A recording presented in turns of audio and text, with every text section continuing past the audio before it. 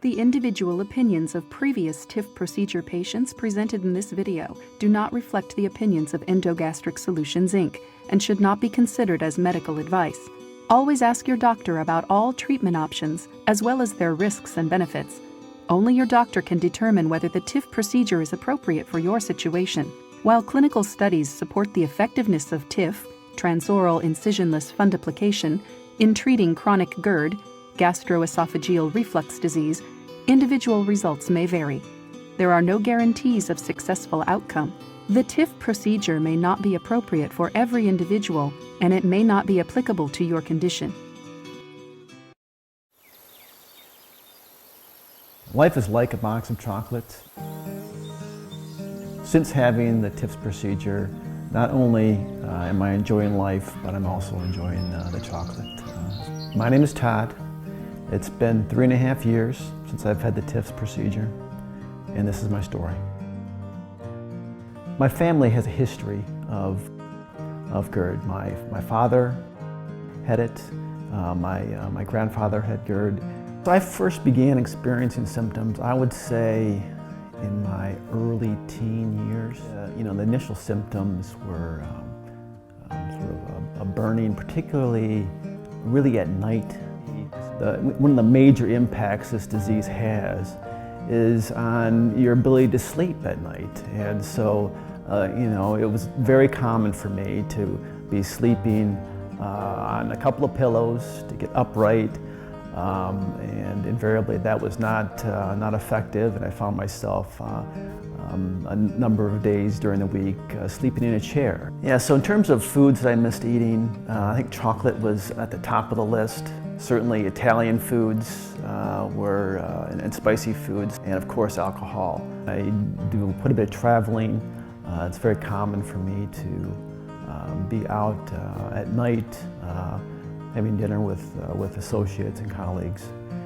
And so it really impacted my ability to have dinner, particularly later at night. Yeah, so in terms of the prescription medicines that I've been on from really my mid-20s on, started with the H2 blocker, quickly progressed from an H2 blocker to a proton pump inhibitor, but like the H2 blockers, the PPIs, what I found is that I had to escalate doses. My main concern, though, was really, I was not controlling my symptoms despite, the state-of-the-art medicine at the time. What I found most attractive about the TIF procedure is that it was incisionless, and the recovery time was going to be short. An overnight stay in the hospital, no incision, and a couple of weeks of recovery time. Before I had this procedure, my quality of life was not very good. After the procedure, I have a tremendous quality of life. I'm able to do the things that I want to do, eat the things that I want to eat, and I'm able to get a good night's rest. I don't miss the sleepless nights. I don't miss not being able to enjoy many of the foods. I don't miss the discomfort and the burning in my chest. Those are all things that I do not miss. For others that are suffering with this disease, there's absolutely no reason to suffer. What surprised me most after the procedure was that I was no longer on any medicine, and I was completely symptom-free.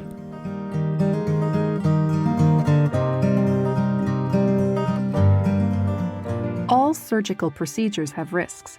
Therefore, it is important to understand the associated risks. Before you decide on a procedure, speak to your physician in detail about the risks and complications that may occur. Expected risks or discomforts as a result of an endoscopic procedure include sore throat, left shoulder pain, temporary abdominal pain which can be treated with standard pain medication, temporary difficulty swallowing due to swelling, and nausea or vomiting. These expected events occur in more than 25% of people who have the TIF procedure. They are usually mild in severity and resolve themselves shortly after surgery. The TIF procedure may be right for you if you are at least 18 years old, have symptomatic chronic GERD, require and respond to pharmaceutical therapy, have a hiatal hernia less than or equal to 2 centimeters, and have a BMI less than 35.